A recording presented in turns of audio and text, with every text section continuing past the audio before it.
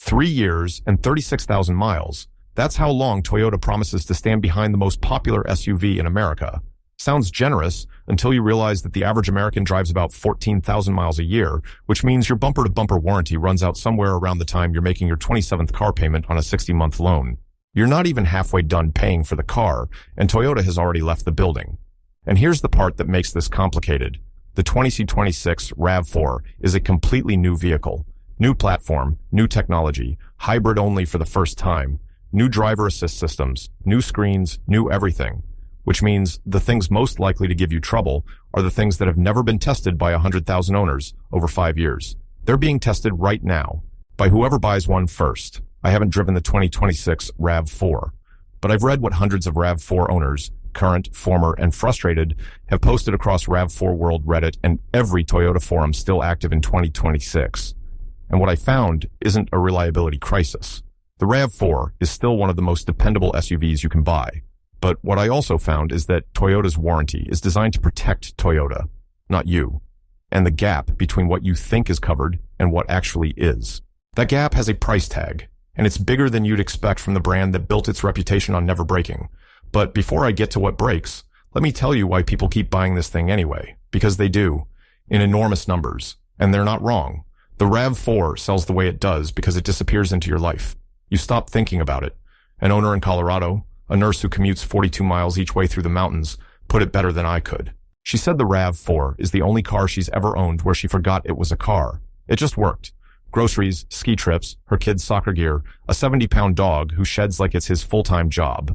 236 horsepower on the 2026 hybrid AWD, 41 miles per gallon combined, and enough cargo room that she never had to play Tetris with the trunk. Her insurance through GEICO in Colorado runs about $158 a month for full coverage, which she says is $30 less than she was paying on her old Subaru Outback, a car with 100 fewer horsepower and worse gas mileage. And that right there is the whole pitch. The RAV4 doesn't excite you. It just never lets you down. Owners on RAV4 World describe it the same way over and over. Boring in the best way. The steering doesn't talk to you the way a BMW X3's does. The interior doesn't feel as premium as a Mazda CX-50. But at 120,000 miles, those owners are still driving on the original brake pads, still on the factory hybrid battery, still showing up to work without a check engine light. That's the Toyota promise. And when it delivers on that promise, nothing else comes close. But that promise has fine print. And this is where it gets interesting. Toyota's warranty structure looks simple. 3 years or 36,000 miles for the basic warranty. That covers almost everything. 5 years or 60,000 miles for the powertrain. Engine, transmission, drivetrain.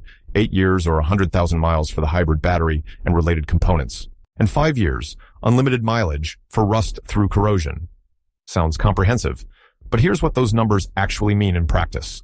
The 3-year, 36,000-mile basic warranty is the one that covers your electronics, your infotainment screen, your cameras, your sensors, your advanced driver assistance systems. Toyota calls it Safety Sense. The blind spot monitors, the radar cruise control, the lane keeping assist. All of that technology that Toyota markets as standard safety equipment, it's covered for 3 years. After that, it's your problem. And that matters more on the 2026 RAV4 than on any RAV4 before it, because this is the first generation where Toyota moved the climate controls into the touchscreen. The 2026 model has a standard 10.5-inch display with an available 12.9-inch screen on higher trims. More screen means more dependency on the screen. And if that screen fails at mile 37,000, which is 1,300 miles past your basic warranty, you're looking at somewhere between $800 and $2,500, depending on whether Toyota considers it a component failure or a wear item. Would you still buy it knowing that? Yes or no? Drop it in the comments. An owner in Texas, early adopter of the 2025 model, which shares a lot of the same electronics architecture, posted his experience on Reddit about 7 months ago. His instrument panel started glitching at 29,000 miles. It would occasionally fail to display the speedometer, the brake warning light, and the tire pressure indicator at startup. Toyota issued a recall for this, NHTSA campaign 25V595000, covering certain 2023 through 2025 models. His was covered. But he made a point that stuck with me. He said, if this had happened at 40,000 miles instead of 29 and there was no recall, I'd be paying out of pocket for a safety system that should never fail on a 3-year-old Toyota. He bought his 2025 RAV4 XLE Premium for $36,200 at a Toyota dealership outside Houston.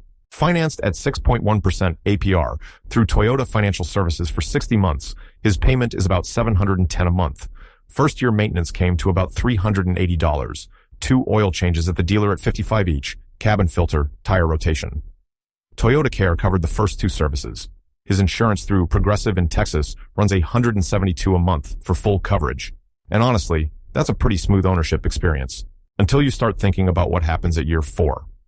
Because here's the thing. The powertrain warranty lasts 5 years, but the powertrain warranty only covers the engine, the transmission, and the drivetrain. It does not cover the sensors that talk to the engine. It does not cover the cameras that feed the ADAS. It does not cover the wiring harness that connects them. It doesn't cover the 12-volt battery that keeps the whole system alive when the car is parked. And on the 2026 RAV4, which is exclusively hybrid, the relationship between the electronics and the powertrain is tighter than it's ever been. The ECVT, Toyota's electronic continuously variable transmission, which is actually a planetary gear set, not a belt-driven CVT like the ones that fail on Nissan Rogues. The ECVT itself is covered under powertrain, but the control module that tells the ECVT what to do, that's electronics. 3 years, 36,000 miles. And that brings us to the part nobody talks about, the things that break that Toyota calls normal wear and tear. Brake pads, wiper blades, tires, light bulbs, filters. Those are obvious. Nobody expects Toyota to replace their brake pads under warranty, but here's where it gets less obvious. Owners on RAV4 World have reported that some dealers classify certain sensor recalibrations as maintenance rather than warranty repair. A windshield replacement that requires ADAS camera recalibration, that recalibration can cost $300 to $600 on top of the windshield, and some owners have been told it's not covered because the windshield damage was caused by a rock, not a defect. The camera didn't fail. The windshield it looks through did. And Toyota's position is that anything caused by external factors isn't a manufacturing defect. One more thing, aftermarket accessories. If you install a remote starter, a dash cam hardwired into the fuse box, LED headlight bulbs, or even a phone mount that plugs into the OBD port, and then your electrical system has a problem, some dealers have used that as a reason to deny the warranty claim, not Toyota corporate, the dealer. And this is the part that frustrates owners the most. The denial often happens before anyone even submits the claim. A service advisor looks at the aftermarket part and says, "We can't cover this," without ever filing the paperwork. Owners on Reddit have pushed back, citing the Magnuson-Moss Warranty Act, which says a manufacturer can't void your warranty for aftermarket parts unless they can prove the part caused the failure. But knowing the law and getting the dealer to follow it are 2 different experiences. If you've been through this with a dealer, tell me. What happened? I want to see the pattern. So now the big question, the 2026. Buy now or wait? Here's what I'd think about. The 2026 RAV4 is a 6th generation vehicle. Brand new platform, brand new hybrid system putting out 236 horsepower with all-wheel drive. New Safety Sense 4.0, Toyota's latest driver assist suite. New infotainment with over-the-air update capability. It is, by every measure, a better RAV4 than the 2025. More power, better fuel economy, more technology. But, and you felt this coming, it's also the first model year of a complete redesign. And the pattern in the car industry, not just Toyota, is that first-year models carry more risk. Not because the manufacturer doesn't care. Because some problems only reveal themselves after 50,000 real-world owners put 50,000 real-world miles on the car in 50,000 different climates. The owner in Minnesota, who parks outside at -20, and the owner in Phoenix, who parks in a 112-degree parking lot. Those are 2 different cars wearing the same badge, and Toyota doesn't know what the 2026 RAV4 does under those conditions yet. Not fully. Not the way they know the 2025. An owner in Michigan, a retired engineer who's owned 4 RAV4s over 15 years, posted something on RAV4 World that I keep coming back to. He said, "I buy the second year of every generation. Let someone else be the test driver. Toyota will issue the TSBs, the software updates, and the quiet fixes in the first 12 months. By model year 2, most of the surprises are gone." He bought his current 2020 RAV4 Hybrid XSE, which was the second year of the 5th generation, through CarMax for $28,400 at 51,000 miles. His annual maintenance has averaged $460 a year over 3 years at an independent Toyota specialist he found through the RAV4 World forums. Insurance through State Farm in Michigan runs him $144 a month for full coverage, and his total cost of ownership over 3 years, including the purchase, insurance, maintenance, gas, and one set of tires at $870 from Tire Rack, came to about $42,000. He compared that to what his neighbor spent on a new Hyundai Tucson, $41,000 out the door, and it's already lost about $9,000 in depreciation sitting in the same driveway. His RAV4, meanwhile, is worth about $22,000 on CarMax right now. The math, he says, isn't even close. That's the Toyota advantage in one paragraph, but it only works if you buy smart. And smart, right now, might mean one of two things. If you want the 2026, wait for the 2027 model year. Same generation, same platform, but with the first wave of real-world fixes applied. You lose nothing. You gain the knowledge of 60,000 other owners who went first. Or, and this is the move that a lot of savvy buyers are making right now, find a leftover 2025 RAV4 on a dealer lot. The 2025 is the final year of the 5th generation. It's fully sorted. Every problem has been found and fixed. The forums have 5 years of data. The prices are softening because dealers are clearing inventory to make room for the 2026.